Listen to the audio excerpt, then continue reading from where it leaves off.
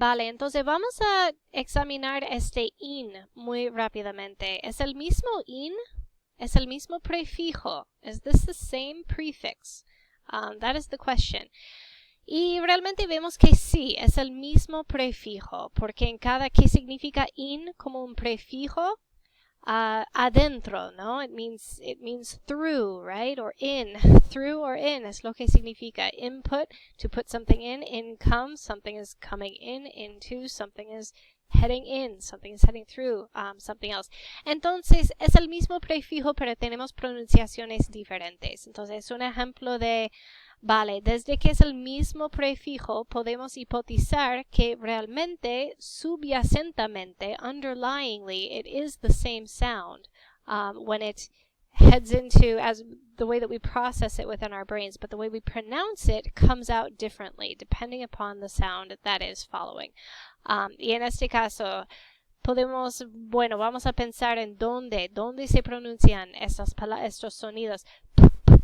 Bilabial, bilabial, velar, that is a velar sound, y g, la lengua toca el velo, your tongue touches your velum in the pronunciation, y entonces ese es la nasal velar. It's our velar nasal. Y entonces, alveolar y alveolar. Entonces, otro caso de asimilación. Vale, existe esta regla en español. Bueno, podemos ver imposible, imposible, incompetente, incompetente, interno, interno. Entonces vemos que realmente sí existe esta regla en español. Este ya es una M con la letra en la ortografía ya es una M. Entonces sabemos que es una M por seguro. Incompetente, incompetente. Este N también es la N velar. Y el sonido que viene después es un sonido velar. Y finalmente interno, interno. Vale, estos dos sonidos son alveolares. Entonces, ahora tenemos una regla fonológica que existe en las dos lenguas.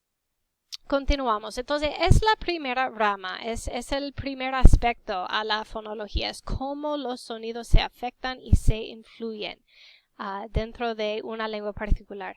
El segundo aspecto a la fonología, el segundo componente muy grande de la fonología es las combinaciones de sonidos posibles dentro de una palabra o sílaba. Y eso es diferente en cada lengua del mundo. Entonces es otro aspecto muy diferente a la fonología, pero entonces eso tiene que ver con cómo las lenguas se organizan fonológicamente en términos de los sonidos que permiten en combinaciones.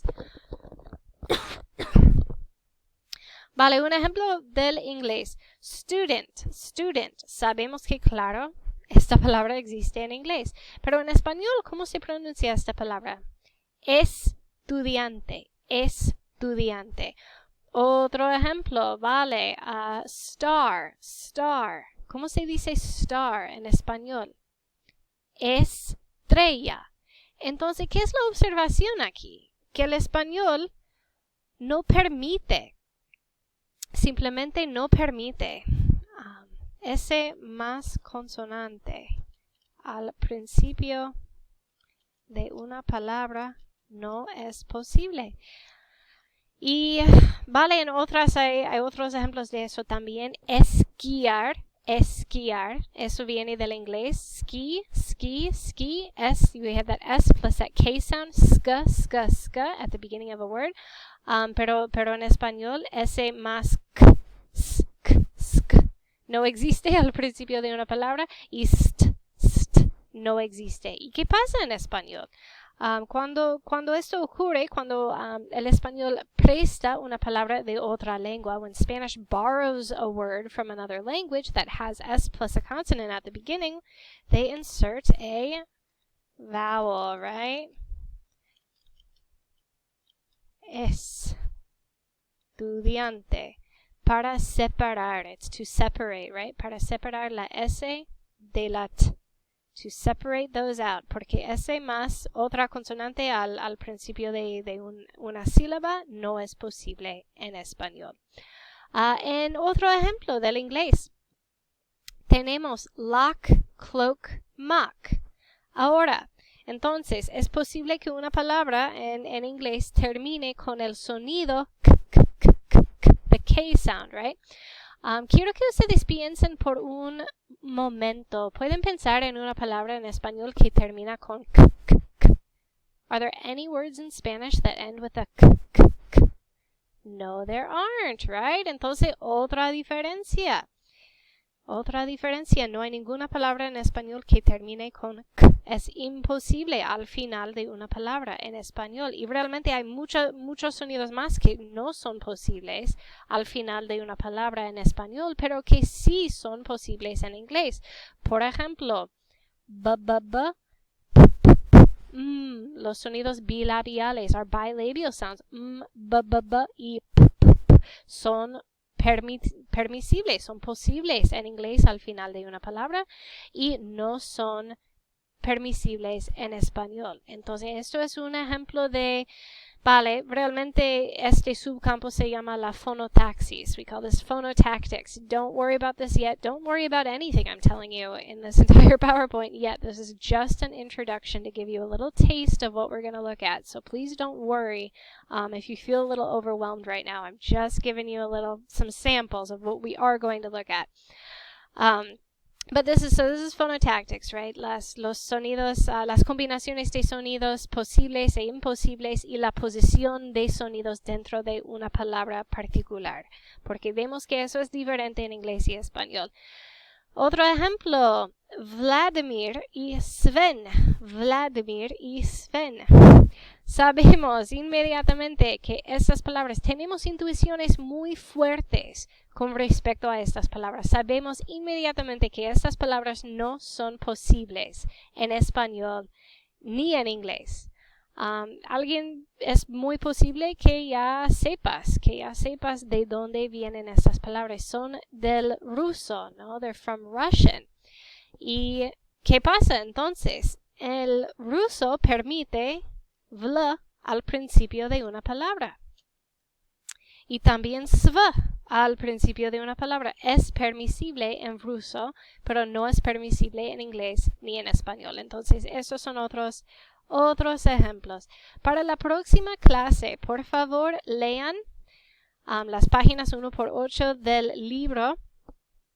Hay una discusión escrita. Ustedes tienen su primera discusión escrita, your first written discussion, en que van a hablar de los conceptos importantes de esa lectura. Hay una entrevista de conversación. Entonces, ustedes tienen uno para hoy.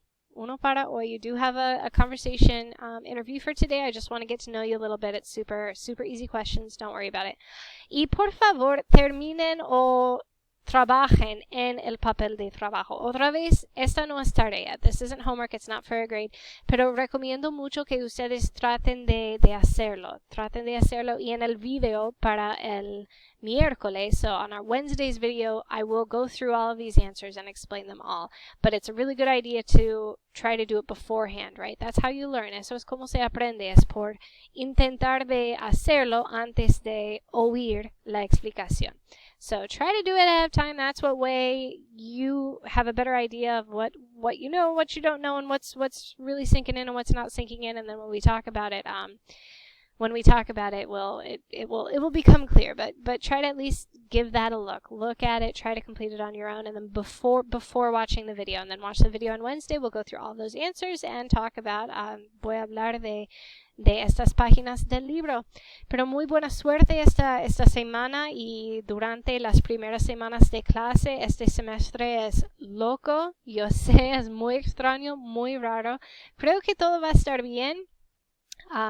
Con todo, traten de no preocuparse demasiado. Todo va a estar bien. Otro recordatorio, another reminder, remember you do have a homework due in 1 week, so please log into that Homework 1 collaboration discussion and set up a time, get in contact with your group members, set up a time to work on that. I don't recommend working on it until at least after you've seen Wednesday's video. You will struggle if you haven't seen Wednesday's video yet, which I will have posted very shortly for you. Pero muy buena suerte y con todo, y vale, estoy emocionada de de pasar el semestre con ustedes. Chao, hasta pronto.